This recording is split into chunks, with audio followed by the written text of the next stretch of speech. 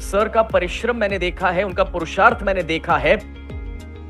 दोस्तों, आपको हैरानी होगी जान करके कि जब पहली बार मैं सर से मिला था और तब उनके जो सपने थे, जो विजन था, जो वो रिस्क टेकिंग एबिलिटी उनके अंदर है, और जब उन्होंने ये सब कुछ बरसों की उनकी मेहनत का निचोड़ इकट्ठा करके ई-बायोटोरियम को शुरू किया, तो उन्होंने एक छोटी सी चीज को मेरे साथ शेयर किया। और मुझे लगता है ये छोटी सी चीज है ना, दुनिया के बहुत कम बिजनेसेस के अंदर पाई जाती है। और वो इतनी छोटी सी चीज है, जब उन्होंने मुझसे कहा था कि सर, मैं मेरे जीवन के आने वाले ई-बायोटोरियम शुरू करने के बाद आने वाले 25 साल या 50 साल मैं ई-बायोटोरियम के अलावा कुछ और सोचना ही नहीं चाहता हूं।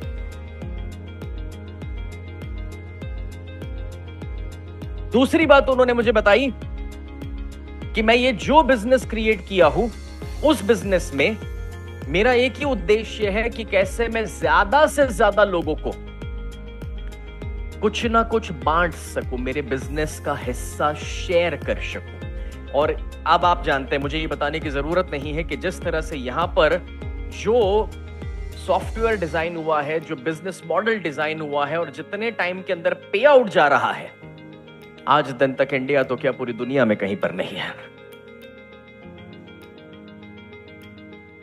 और इसलिए जब वो अपने जीवन के 25-50 साल देने के लिए तैयार है, जब वो हर एक दिन 20-20 घंटे काम करने के लिए तैयार है, कर रहे हैं आज भी, क्योंकि वो शिकायत भी मेरे पास ही आती है, सर भाभी जी मुझी को कहती है। मैं इसलिए कह रहा हूं क्योंकि अगर वो उतना पुरुषार्थ करने के लिए तैयार है, अगर वो उतनी मेहनत कर रहे हैं आप सबके लिए, तो आज अगर उनको हम सबसे बड़ी कोई बर्थडे गिफ्ट दे सकते हैं तो वो ये है कि हम उनसे ये वादा करें कि आने वाले अपने जीवन के 10 साल और दिन के 20 घंटे हम ई-बायोटोरियम को देने के लिए तैयार हैं।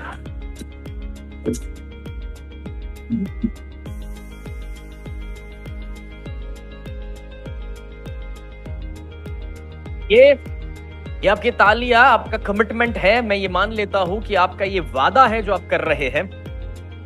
साथ ही साथ हम जानते हैं कि जब कुछ वक्त पहले पेंडेमिक, एक महामारी का हमने सामना किया, तो वो तो जा चुकी है, लेकिन आपको पता है अभी भी एक और महामारी का हम शिकार हैं। और वो शिकार इसलिए हम है क्योंकि कुछ बरसों पहले जब ब्रिटिश राज अपने पर हुआ करता था, आपको पता है ब्रिटिश राज में हम भारतीयों को खाना नहीं मिला, पैसा नहीं मिला, काफी सारी दिक्कतों का सामना करना पड़ा। हम सभी के, किसी के दादाजी यानी कि ग्रैंड पेरेंट्स, तो किसी के पिताजी, किसी के पेरेंट्स उसी सोच में से बाहर निकल कर आए हैं। यानी कि हमारे देश ने गरीबी का सामना किया।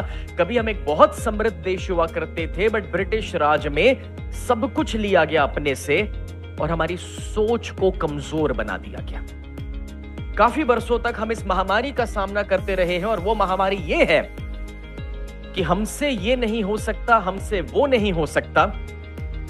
दुनिया में कहीं जब एक भारतीय बाहर जाता ये स्किन कलर को लेकर, ये चमड़ी के रंग को लेकर के, तो बहुत बरसों तक हमें उसका भी शिकार कर बनना पड़ा है कि ये चमड़ी के रंग को भी इज्जत नहीं मिली है।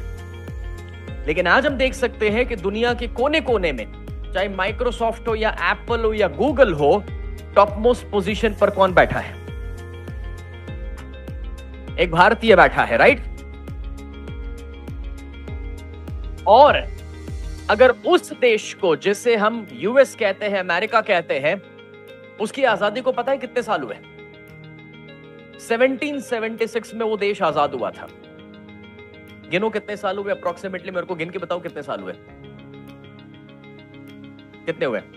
1876 में 100 हुए, 1900 कितने हुए? 250 साल हुए। बढ़िया, 250 साल में वो नंबर 1 इकोनॉमी बनी है दुनिया की, आजादी के 250 साल के बाद। हमें आजादी के कितने साल हुए? 75, 76 के आसपास, मे बी 77, जो भी है। मजेदार बात ये देखो कि अभी हम कौन सी इकोनॉमी में है दुनिया में, पता है? We are the 4th position. अपने से आगे 3 देश है, राइट? गिने चुने 3 देश, जिसमें टॉप पर अमेरिका है। अगर वो 250 साल के बाद टॉप हो सकता है और हम 75, 76 ईयर्स के बाद 4th हो सकते हैं दुनिया में।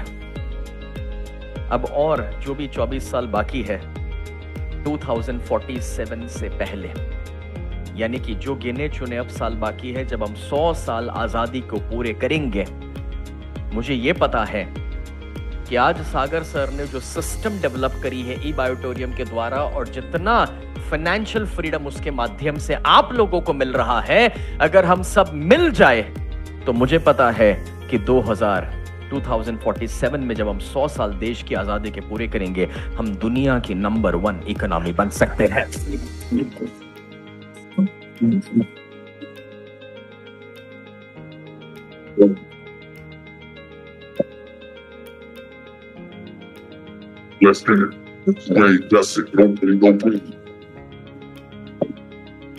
Thank you. और इसलिए मैं आपको एक चीज बताना चाहता हूं, कि अगर आपको लगता है कि आप ई बायोटोरियम का बिजनेस, अपनी जरूरत है पूरा करने के लिए कर रहे हैं, शुरू करने के लिए गलत नहीं है, अच्छी बात है। आपके सपने पूरे करने के लिए कर रहे हैं, क्योंकि पहले जरूरतें होती है, बिल भरने होते हैं, बच्चों की, परिवार की जरूरतें होती है, फिर वो लेवल क्रॉस हो जाता है, फिर दूसरा लेवल आता है। दूसरा लेवल क्या है? अपने सपने पूरे करने हैं, गाड़ी खरीदनी है, घर बनाना है ना? कितने लोगों के ऐसे कोई सपने हैं? अच्छी गाड़ी, अच्छा घर, राइट? बच्चों को अच्छा भविष्य, सबके है, बहुत अच्छी बात है। इसका तीसरा लेवल पता है क्या होता है? एक बार अच्छी गाड़ी, घर आ जाएगा, उसके बाद क्या करोगे?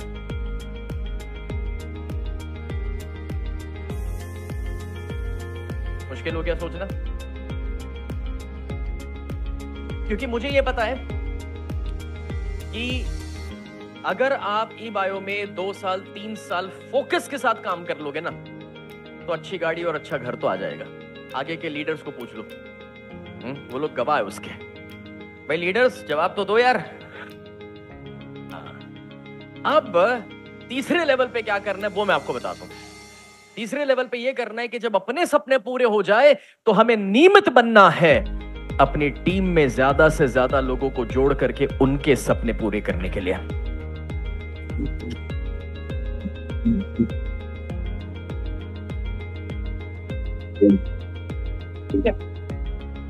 लेकिन हमारा काम लोगों को जोड़ना नहीं है, हमारा काम है लोगों तक सही वैल्यू पहुंचाना। वैल्यू का क्या मतलब होता है? वैल्यू मतलब जो प्रोडक्ट्स हम यहां बना रहे हैं और प्रोडक्ट्स के जो फायदे हैं, जो यूएसपी है, जो रिजल्ट्स वो प्रोडक्ट दे सकती है, वो हमें लोगों तक पहुंचानी है।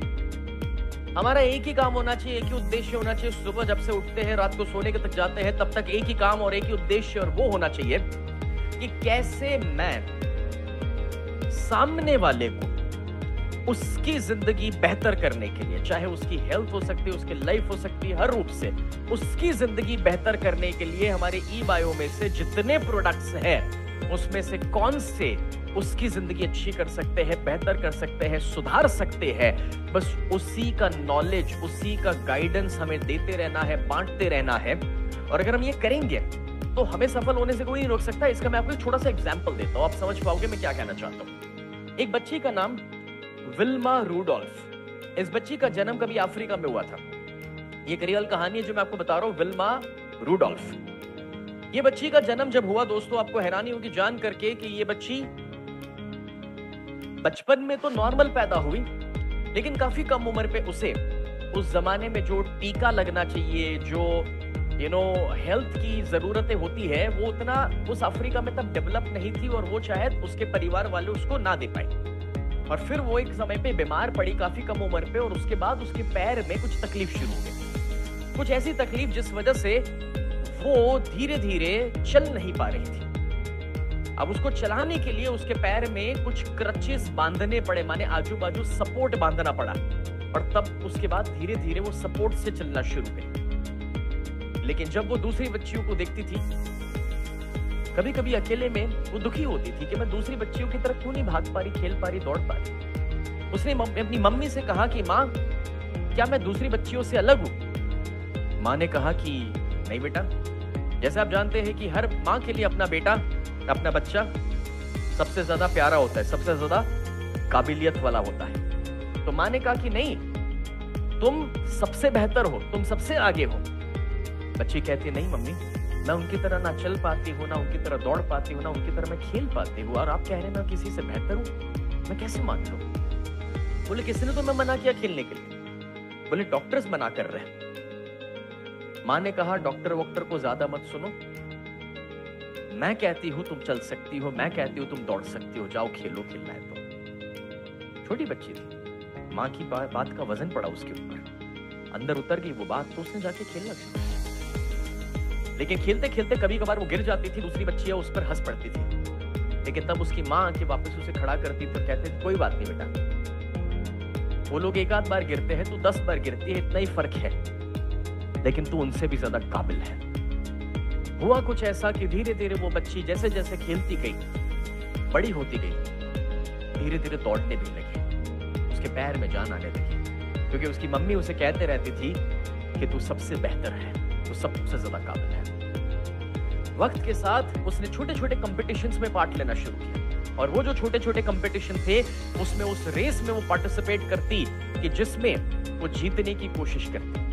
वक्त के साथ उसने ठान लिया कि मुझे सबसे तेज भागना है, मुझे जो दुनिया और लोग मना कर रहे हैं मुझे वो ही कर दिखाना है। और हुआ कुछ ऐसा कि उसने छोटे छोटे कंपटीशन जीते कॉलेज के लेवल पे। एक वक्त के बाद उसने ये डिसाइड किया कि मुझे अब सिर्फ कॉलेज के लेवल पर नहीं जीतना है, मुझे तो दुनिया का सबसे फास्टेस्ट बनना है, मुझे तो ओलंपिक मेडल जीतना है। लेकिन अब ओलंपिक मेडल कोई आसान काम नहीं होता, और वो भी एक ऐसी बच्ची कह रही है जिसको सपोर्ट से कभी चलना पड़ रहा था। उसके जीवन में एक कोच आई। कितने लोग मानते हैं कि अगर जीवन में तरक्की करनी है तो कोई ना कोई कोच होना चाहिए जो हमें आगे पुश कर सके, मोटिवेट कर सके, होने चाहिए कोच, राइट?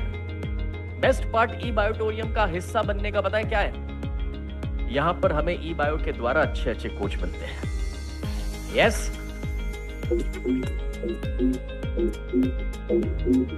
अब दोस्तों, जब उस बच्चे के जीवन में कोच आए जिसका नाम था एड टेम्पल, वो कोच ने उस बच्ची से कहा कि अगर तुम्हें दुनिया का फास्टेस्ट बनना है, तुम्हें एक ओलंपिक मेडल जीतना है, मैं तुम्हें जितवा सकता हूं, मुझे भरोसा है कि तुम कर सकती हो, लेकिन बस एक शर्त है मेरी, एक कंडीशन है, क्या वो तुम मान सकती हो? बोले क्या? ये है कि नंबर 1 चीज, तुम्हारी जिंदगी का सिंगल फोकस, एक ही प्रायोरिटी अगर है तो वो होगा आज से, और वो है ओलंपिक मेडल, यानी कि दौड़ना। खाना खाना वो तुम्हारी दूसरी प्रायोरिटी होगी, पहले दौड़ना है। आराम करना, सोना वो तुम्हारी दूसरी प्रायोरिटी होगी, पहले दौड़ना है। पढ़ाई करना तुम्हारी दूसरी प्रायोरिटी होगी, पहले दौड़ना है। शादी करना तुम्हारी बात की प्रायोरिटी होगी, पहले दौड़ना है। बच्चे पैदा करना तुम्हारी बात की प्रायोरिटी की, पहले तुम्हें दौड़ना है। क्या तुम ये सब कुछ छोड़ने के लिए तैयार हो? और अगर ये करने के लिए तैयार हो तो ही मैं तुम्हें कोच करूंगा, और तो ही तुम ओलंपिक मेडल ला सकती हो। बच्ची के अंदर एक आग थी, वो डिटर्मिनेशन था। उसने कहा कि अगर आप मुझे ओलंपिक मेडल दिला सकते हैं, अगर उसके लिए ट्रेन कर सकते हैं, तो मैं इसके लिए सब कुछ छोड़ने के लिए तैयार हूं। और उसने कह दिया कि आज से मेरे जीवन का नंबर 1 प्रायोरिटी और एक ही सिंगल फोकस है, और वो है दौड़ना और मेडल लाना। और उस बच्चे ने उसके ऊपर काम करना शुरू किया, उसके कोच ने उसके ऊपर काम करना शुरू किया, और नतीजा ये है कि 1960 के ओलंपिक्स में यूटा हाइने नाम की एक बच्ची, जिसको कोई हरा नहीं पाया था, वो हमेशा फर्स्ट आते थे, जितने भी कंपटीशन में वो उतर जाए समझ लो कि दूसरे हारे। और ये 1964 के ओलंपिक्स में विल्मा रूडोल्फ पहली बार उतरती है, और उसने 100 मीटर की रेस में यूटा हाइने को हरा के एक वर्ल्ड रिकॉर्ड बना दिया।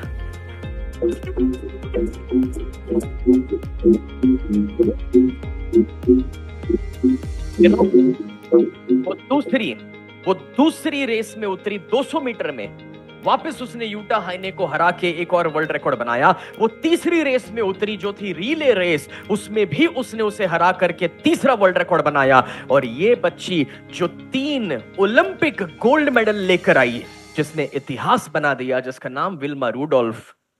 शायद आपको याद करा दूं कि वो कभी बचपन में व्हील चेयर पर बैठी हुई थी और उसमें से उसने ये इतिहास खड़ा कर दिया। और उस इतिहास को सिर्फ वो बना पाई क्योंकि वो एक महामारी का शिकार नहीं थी। कौन सी महामारी की मैं बात कर रहा हूं पता है? जो ब्रिटिश हमें देकर गए, जो हमारे दादाजी और हमारे पिताजी ने भी हमें दी है। और वो महामारी है दोस्तों, छोटी सोच की बीमारी। और ये जो छोटी सोच की बीमारी है, वो हमारी तरक्की कभी नहीं कर सकती है। और इसलिए आज वक्त है कि उस छोटी सोच से हम ऊपर उठें। आज वक्त है कि हमें अब कुछ बड़ा सोचना शुरू करना है। अगर 2025 को आप अपने जीवन का सबसे बेहतरीन साल बनाना चाहते हैं, तो आज जब आप घर जाए, सबसे पहला काम करो, एक लिस्ट बनाओ कि मुझे मेरे आने वाले 5 से 10 साल में किन किन चीजों को संभव करना है, क्या है जो मुझे अचीव करना है। जा करके अपने गोल्स को लिखो। लिखने में बड़ी शक्ति है दोस्तों। जो आप वहां लिखते हैं वो सिर्फ वहां नहीं लिखा जाता, यहां पर भी लिखा जाता है और कहीं और भी लिखा जा रहा है।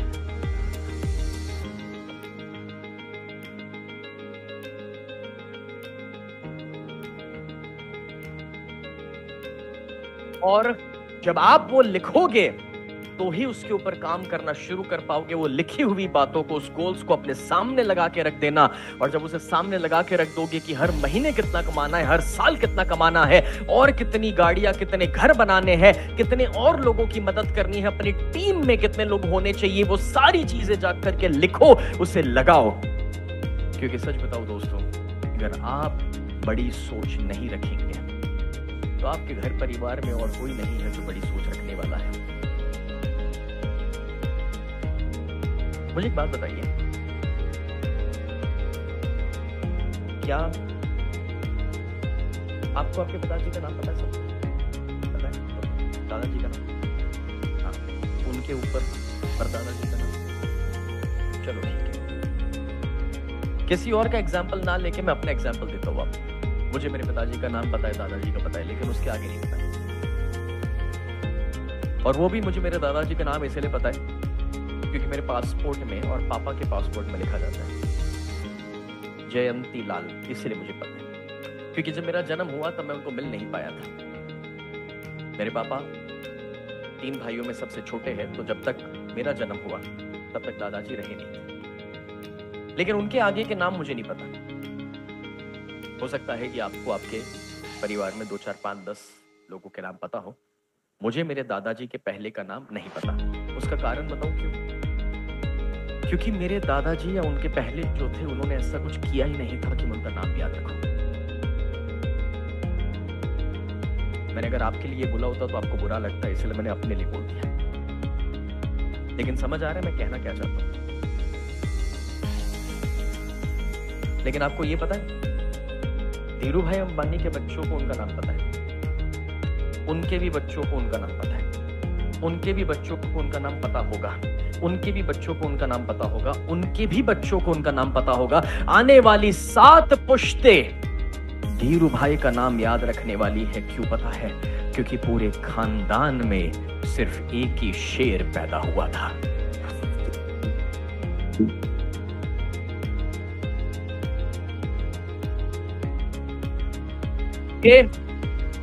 ये जो नाम है ना,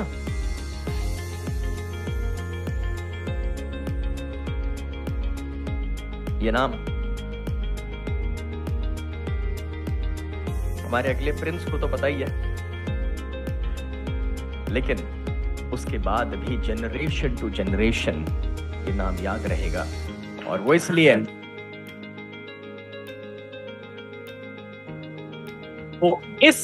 क्योंकि दोस्तों, इतने बरसों में पूरे खानदान में सिर्फ एक शेर पैदा हुआ है।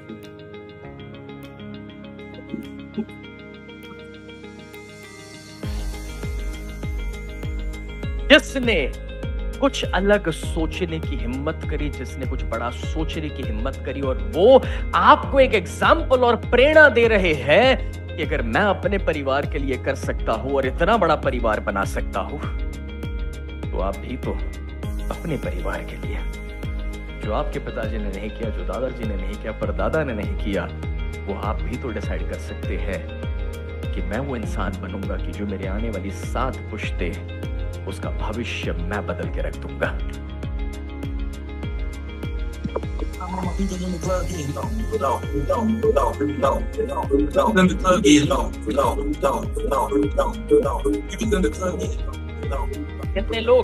कितने लोग आप में से आज 2025 में ये डिसीजन लेते हैं अपने घर के लिए और अपने परिवार के लिए?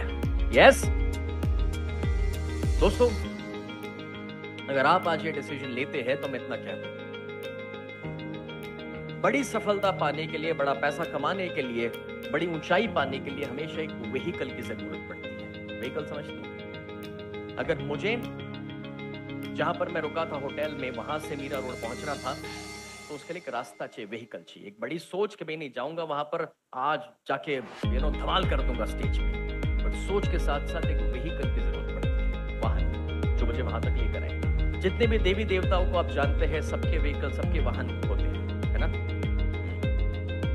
हमें ई बायोटोरियम एक व्हीकल मिला है, एक वाहन मिला है, जहां से हम अपने सपने पूरे करेंगे। और उसमें भी आप कौन सा वाला तेल डालते हो, वो भी बड़ा मैटर करता है।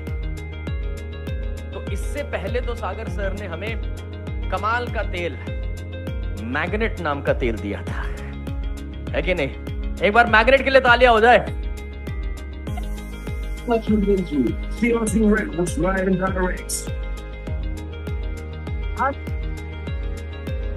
ये जो मैग्नेट नाम का तेल हमने डाला, उससे अगर इतना कमाल और इतना धमाल हो सकता है, तो आज हम एक नया तेल लेकर आए। नहीं, वो तेल नहीं है वो तेल नहीं है, लेकिन वो एक कमाल की ऐसी प्रोडक्ट है। दोस्तों, ई बायोटोरियम अल्टीमेटली हेल्थ के साथ जुड़ी हुई प्रोडक्ट्स पर पहले दिन से फोकस कर रहा है। आज मैग्नेट के द्वारा कितने हेल्थ बेनिफिट्स लोगों को मिले हैं, वो तो एक्सपीरियंस आपको भी है, लेकिन अब उसी के अंदर हम एक ऐसा प्रोडक्ट आज सागर सर ने डिसाइड किया है इंट्रोड्यूस करने का, कि जो प्रोडक्ट के माध्यम से हम सब मिलकर के नियमित बन पाएंगे और भी घर और परिवार में तंदुरुस्ती लाने के लिए। क्योंकि आज सबसे बड़ा चैलेंज पेंडेमिक के बाद अगर हम देख रहे हैं, तो वो किस चीज का है? इंडिया दुनिया का डायबिटीज कैपिटल बन चुका है। हर 5वें इंसान को ब्लड प्रेशर या थायराइड के प्रॉब्लम चल रहे हैं। ओबेसिटी, वजन, पूरी दुनिया में वी आर सेकंड पोजीशन। हमें अगर इसके ऊपर ओलंपिक्स होता वजन बढ़ाने के ऊपर, तो हमको सिल्वर मेडल मिल गया होता है। क्या कहना वीरल भाई?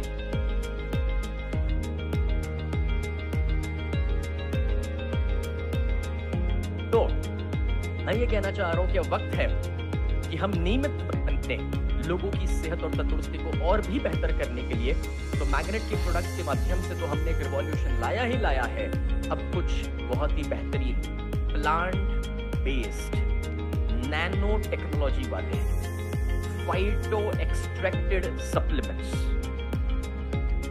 अब कुछ लोगों को बड़ा अच्छा लगा सुन के और कुछ लोगों को थोड़ा ऊपर से गया, मगर चिंता ना करें, वो हम आपको पढ़ाएंगे, समझाएंगे कि मैं क्या कहना चाह रहा हूं। बट ये इतने ब्यूटीफुल सप्लीमेंट्स डिजाइन हुए हैं कि जो सप्लीमेंट्स के माध्यम से मैं कहूंगा कि पहले 2 महीने आपको बोलना पड़ेगा और 2 महीने के बाद सप्लीमेंट जिस पेट में जाएंगे वो खुद बोलना शुरू करेंगे।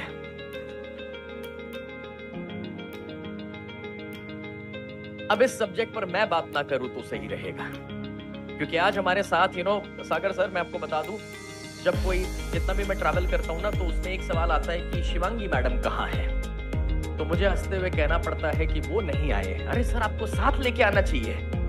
तब मैं कहता हूं भाई, मैं उनको अफोर्ड नहीं कर पाता हूं। आज वो इतने बिजी हो चुके हैं, इतने उनके बड़े बड़े सेशंस चलते रहते हैं, क्योंकि हेल्थ में, न्यूट्रिशन के अंदर वो जिस लेवल पर है कि बड़े बड़े डॉक्टर्स उनके सामने बैठकर उनको अटेंड करते हैं, सीखते हैं, सुनते हैं। तो मैं जब सेशन लेने के लिए जा रहा हूँ, शादी को 8 साल हो गए और मुझे कहना पड़ रहा है कि भाई मैं उनको उतना दे के अफोर्ड करके लेकर आऊं, ये मेरे लिए संभव नहीं है। ये तो सर आपकी बर्थडे थी, तो मैडम ने कहा कि चलो मैं आ जाती हूँ।